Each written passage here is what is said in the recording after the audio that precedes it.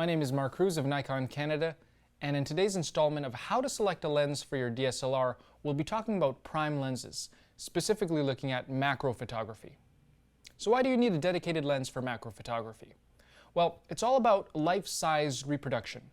A photo is described as being life-size when the image is equal to that of the actual subject. A good way to picture this is to grab your camera, put a normal lens on it, and try to take a picture of an everyday object as close as you can, such as a quarter. You'll notice that the coin is very small in the frame. Depending on the lens you use, it will probably have a reproduction ratio close to 1:4. This means that the quarter in your viewfinder is approximately 4 times smaller than in real life.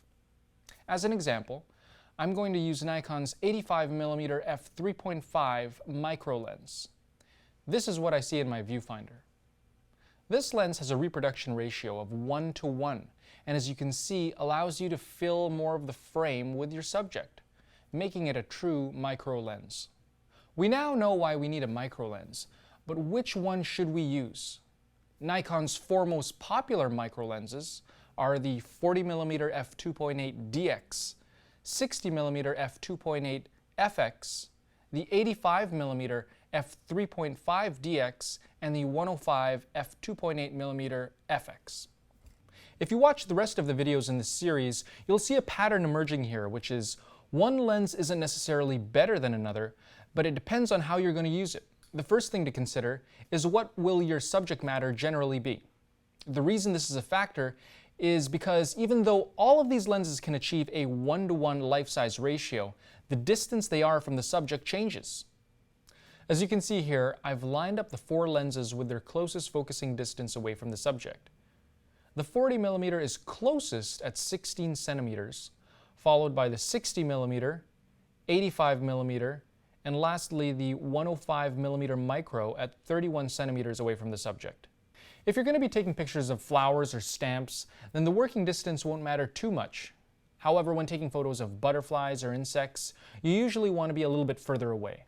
A few other differences between the lenses is the 40mm is a DX lens, so be sure to use it on DX compatible cameras such as the D5300 or D3300.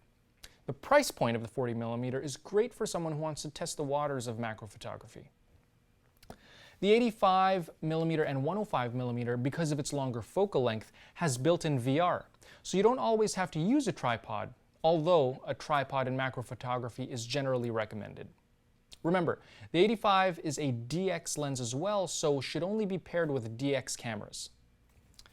The 105mm micro is Nikon's top-of-the-line full-frame lens. It has a higher versatility than the other micros because of its longer focal length and fast f2.8 aperture. These properties mean that it can double as a great portrait lens as well. Someone who's looking for a portrait and macro lens can kill 2 birds with 1 stone by picking up the 105mm micro. Thanks for tuning into this lens selection video. I hope we've been able to help you narrow down which macro lens is best for you. For more in-depth information, feel free to visit our website at nikon.ca.